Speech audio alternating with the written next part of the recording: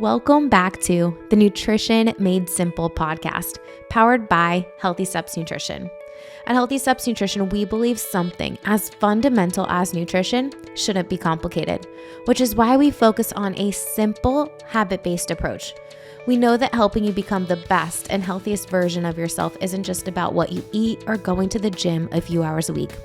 We focus on a holistic framework addressing stress management, mindset, lifestyle, sleep, support system, and of course, exercise and nutrition. My name is Nicole and I'm one of the dietitians and the founder of Healthy Steps Nutrition, CrossFit HSN, and HSN Mentoring. I'm also the author of the Healthy Kids Cookbook, 100% kid-approved recipes the entire family will love. You can find it on Amazon. In this podcast, I'm going to teach you how to take one step at a time to making health a way of life. So excited for today's podcast guest. She's Amanda Harr, one of our lead dietitians here. She specializes in hormone health. She is so passionate about this subject and helping empower women to understand what's going on in your cycle and hormones so that you can take control of your health. In this podcast, we are taking a deeper dive into understanding how hormones affect weight loss. We address hormones like thyroid, cortisol, serotonin, insulin, and also some other ones that you might not think of, like sex hormones. It is a great podcast episode. Make sure you get your notes out. You are going to want to take notes for this one. We will get to this episode right after this message. Are you enjoying this podcast? Please don't forget to subscribe. Leave us a review. It really helps this podcast reach more people. Our mission is to help empower people to take control of their health. And the more we can get these episodes out so that people just understand and there's a knowledge that they can take one step at a time to take control of their health, it will really help our bigger mission and you can pay it forward. So if you're enjoying this podcast, take a screenshot, share it on social media. Don't forget to tag us at Healthy Steps Nutrition. All right, let's get to this episode on hormone health and weight loss. Amanda, welcome back to the Nutrition Made Simple podcast. Thank you, Nicole. It's fantastic to be here. We are talking about your favorite subject today. You are so knowledgeable about hormones, hormone health, how it impacts weight loss, and your enthusiasm around this topic is pretty infectious for everyone. Hopefully our listeners hear that today. Thank you. Well, yep. And like I usually mention, it's, of course, the things that we've struggled with personally or in our family tend to become the ones that we want to help people the most around because you have empathy around that. And really just a lot of people in my life has struggled with different hormone issues in one way or another. And so that's really what has helped me dive into the research. And we've gotten more and more research every single year in the past decade, which is really exciting. So I love that today we are able to talk about, the different types of hormones and how those actually work together or not together if they're out of line and how that impacts our weight status.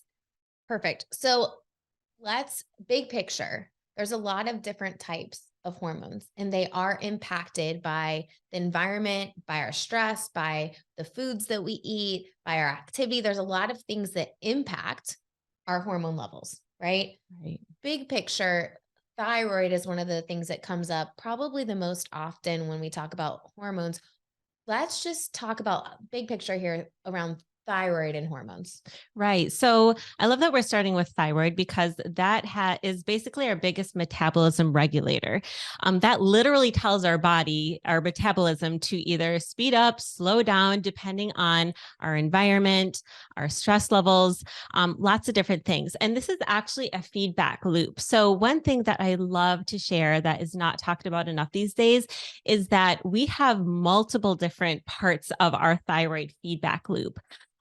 So if you're someone who's like, I'm suspecting there's something up with my thyroid, and your provider's only checking TSH, we really want to be checking other levels as well. And let's talk a little bit further through this. So TSH is kind of like an overall, most often checked part of our thyroid levels. Well, our thyroid actually produces T4, and that is converted into T3 in the liver. although the rate of this is depending upon our levels of reverse T3. So basically, reverse T3 is like putting on the brakes for the active form of thyroid that is going to support your metabolism. And when we have, not enough food to eat, like if we're doing an extreme diet, I've had multiple clients lately on a very low calorie diet with reverse T3 levels afterwards, so that it's made it really hard to lose weight after that. If we have infections or nutrient deficiencies, again, we love nutrition. And the thing is, if we don't have enough of certain nutrients, we're not going to be able to convert that T4 to T3 properly. And then also stress.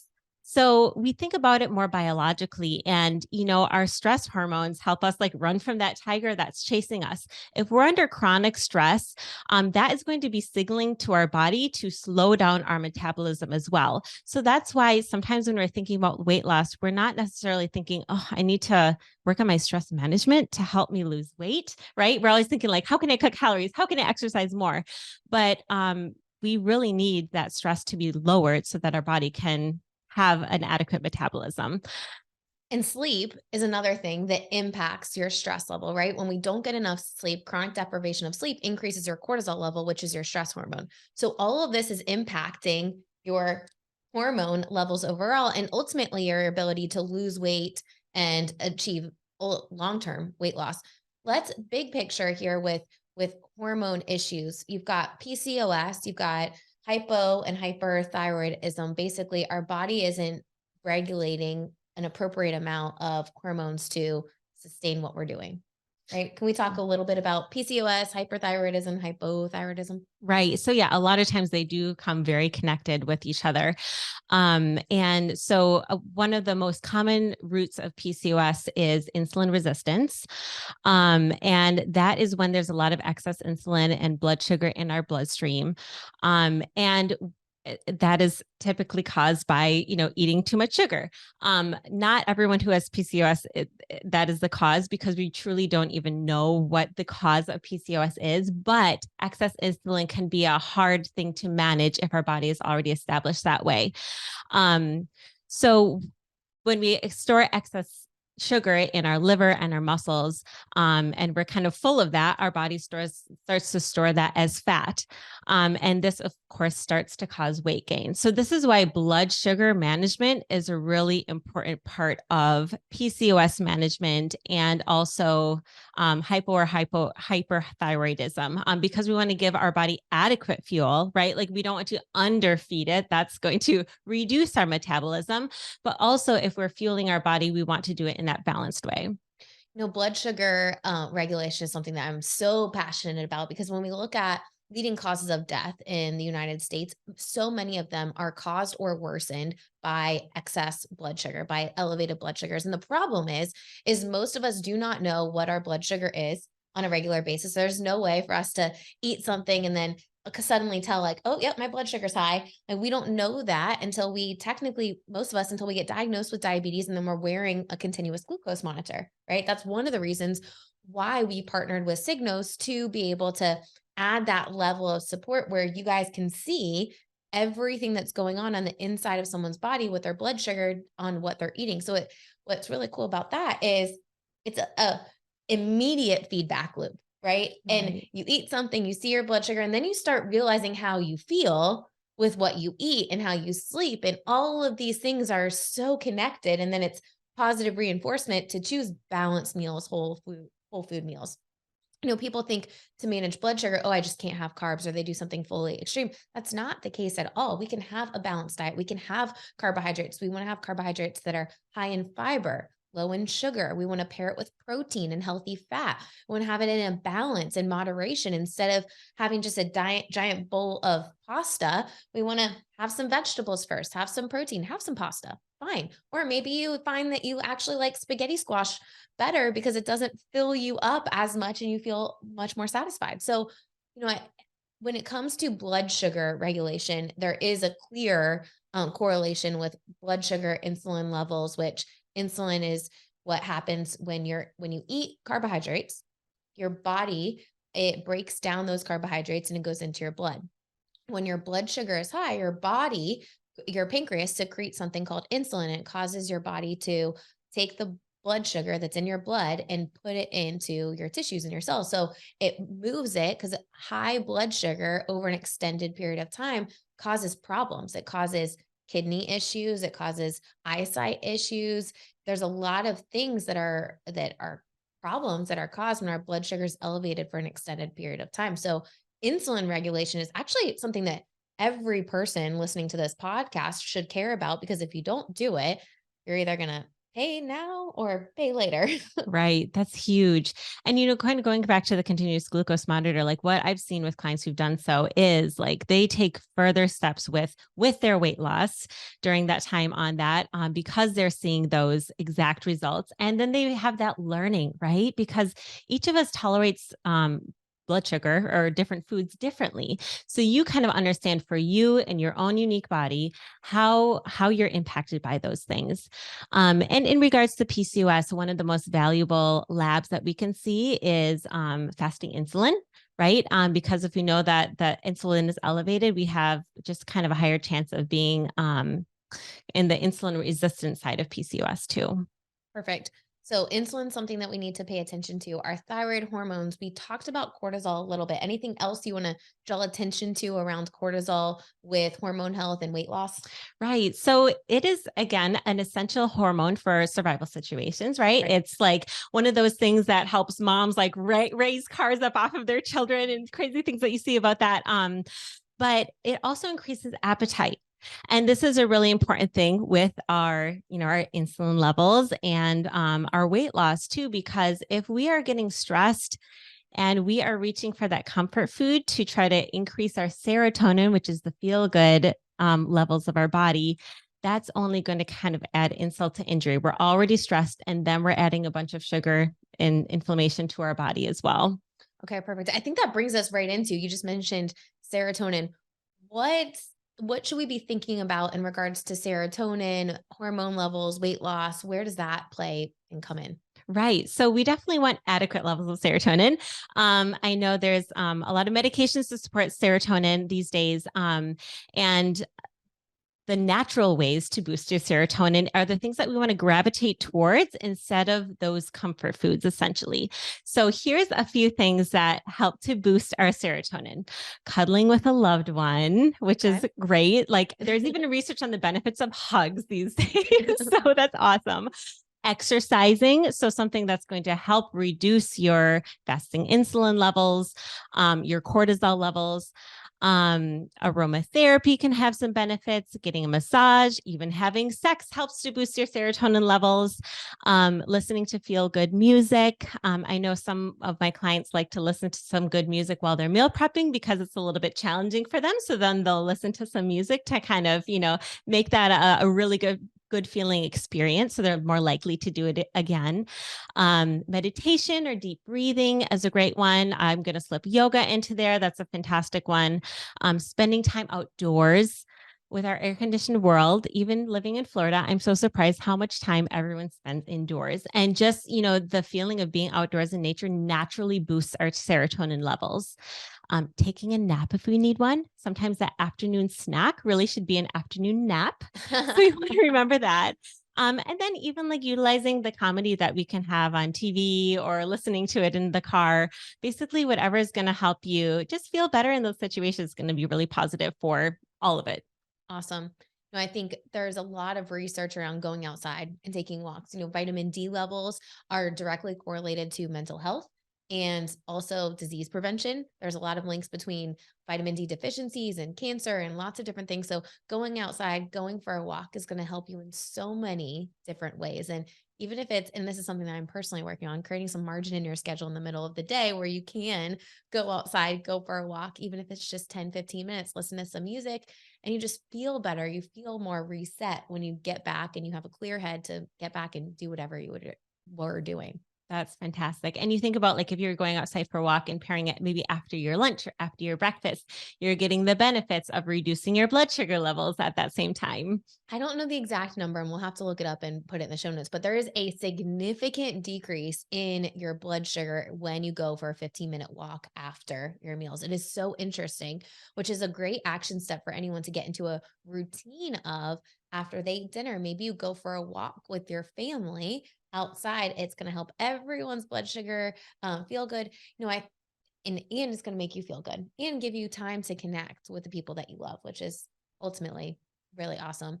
I think it's important to note that the issues with insulin sensitivity or insulin resistance or pre-diabetes, fatty liver is not just for adults. We're seeing more and more kids having these issues. And it all stems from what you're eating, the lack of exercise, the amount of screen time, the lack of sleep. Like your lifestyle factors are setting your kids up for the future that they have.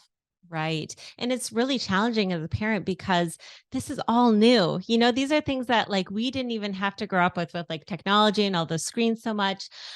So really making sure that we have a healthy boundaries and healthy relationship with that and shifting more time, like you mentioned, for bonding with our family through family meals, family walks. Like these are the things that kids look forward to in the day. They may not say it every day, but they love it. I know my son mentioned one time that, family dinner was his favorite part of the day. And I wouldn't have known that. It's not like he says every day, like, oh, I can't wait. I love this. But it's truly, truly valuable.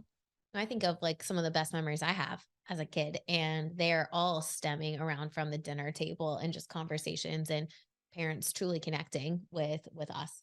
So it's something interesting to think about as a parent. Like, how are you setting up to have a really great relationship with your kids? And it starts at such a young age. Right. Definitely. All right. So we talked about insulin a little bit. Leptin and ghrelin. These are two hormones that we talk about often that are also influenced by sleep. I've mentioned sleep a couple times related to hormone health, but when you're not sleeping enough, your leptin levels are increased, your ghrelin or decreased, and your ghrelin levels are increased. Ghrelin is the hormone that makes you hungry. I always think of ghrelin growl. Yes. Like there's I something's think gremlin. growling. Yeah. Like, oh my gosh, my ghrelin levels are through the roof right now. I'm hungry. So when you don't get enough sleep, those hormone levels are elevated, which if you're more hungry is not a good combination if you're trying to lose weight because you're just going to constantly be ravenous and wanting more and more food. But leptin is the hormone that makes us satisfied. And I think what's interesting to me is when we don't get enough sleep, we've all been there where we've stayed up too late and then we're craving foods that we wouldn't normally crave. We eat them and then we're not even satisfied with what we're eating. Like I can say Yes. we've all Oh, been. yes, I've definitely definitely. been Yep. there. And we're more stressed, right? So we're more stressed, we're more hungry, we're less satisfied. That is a terrible combination for wanting to get healthy, regulate our hormone levels, and lose weight. Right. I love the sleep factor because that is probably one of the hugest, most foundational ones for our hunger and fullness levels. Um, and as you're if you're on a weight loss journey, really one thing that is so valuable, but maybe not super sexy in like the media these days is just mindfulness and tuning into these because so many times we get busy in our life. That's why I think half of the people I talk to are like, oh, I can't eat breakfast, right? Because you're just thinking about the next thing. You're not letting your mind and body take some time to fill your body in the morning. So then you're not full enough and you're kind of pushing away those hunger cues all day long. And then when you get those hunger cues later in the day, it's really hard to say no to them because you haven't been filled. So really just like recognizing them and listening to like sitting with a hungry feeling what that actually feels like. And then as you're, eating your meals, like how full do I feel? I am feeling full. Just not really holding off when you are hungry. And also just, yeah, listening to those cues is very, very valuable. I think another interesting tip and thing for people to think about is as you're eating to assess, like where are you at on the scale to 1 to 10 and realizing that your brain is 15 minutes behind your belly. We've all been there where we've gone to a restaurant and we have overeaten and then we leave and we're like, "Oh man, I ate way too much." Why? We probably weren't mindful. We were eating just whatever was in front of us, and portion sizes at restaurants are way too big. And by the time we were done eating, because we ate so fast, we didn't put our fork down, we didn't drink water, we didn't slow down. Our body had time to catch up, and now we've over consumed. So one thing, with mindfulness is also slowing down your eating. If you're eating in front of a TV or you're eating distracted, you're not even going to be thinking about, am I actually full? Because you're so invested in what you're watching in the TV, and then you end up just clearing your plate and not even actually enjoying the food experience. That's a really good point. Screens, right? And I have to say, I'm guilty of this sometimes too. I'm like, if I just like keep on working while I'm eating, like I can just like get my work done faster. And then by the end of that meal, you're like, but now I want lunch. Right. I'm still hungry. Right. So, I think it's so important for your health to have some margin in your schedule to truly enjoy. And this is something that, especially for busy people, entrepreneurs, managers, like everyone, we all overpack our schedule and we're not able to truly enjoy the moment and the experience that we're experiencing right now. Yep. I have to take note of that myself, honestly. Ditto. All right. So ghrelin, leptin, what are some other hormones that we should be thinking about? Right. So melatonin is probably something that we don't even recognize as a hormone very much, but it is, and it's a very important one. So melatonin is the hormone that kind of signals our body to sleep when it's nighttime. And darkness is really important for our melatonin to be secreted as it should. In our days of electricity and screens, it can be really hard for our melatonin to be secreted as it naturally and normally would.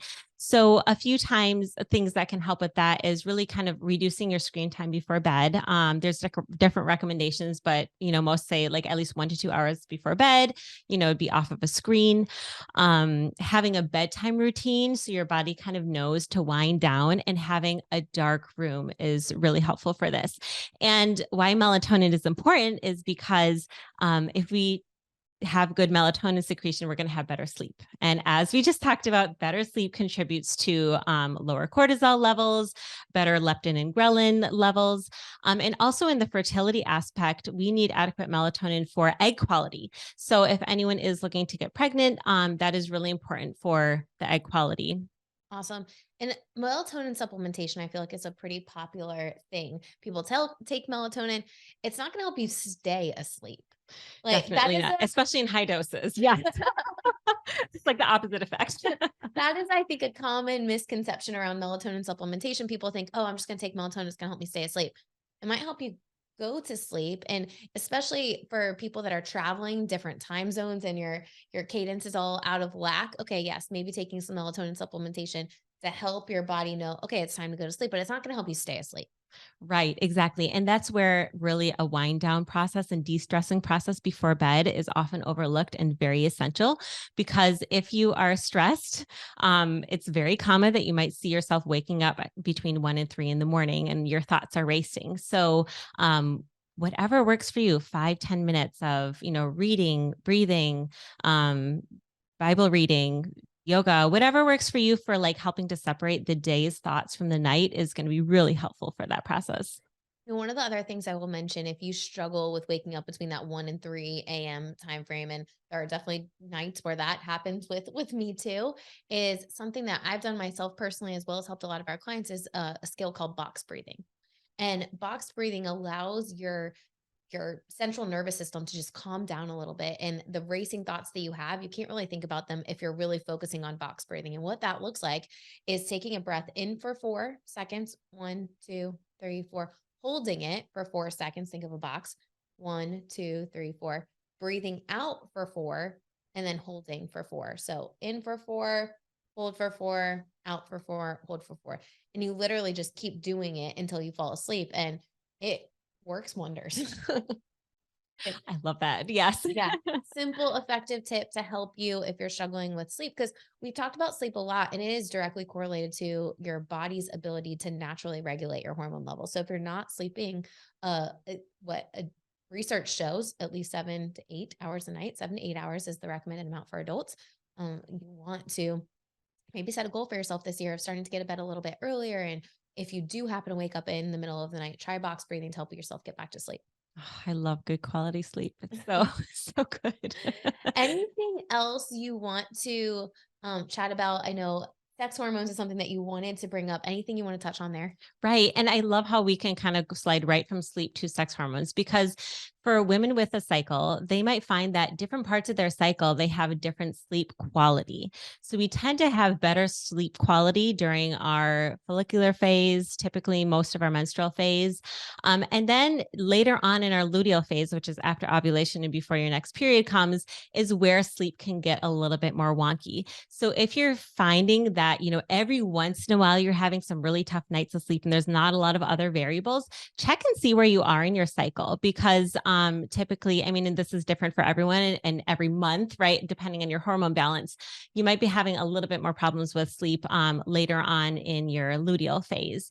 So you might just make sure that you're having more time for self-care and de-stressing during that phase of your cycle in order to prepare for that.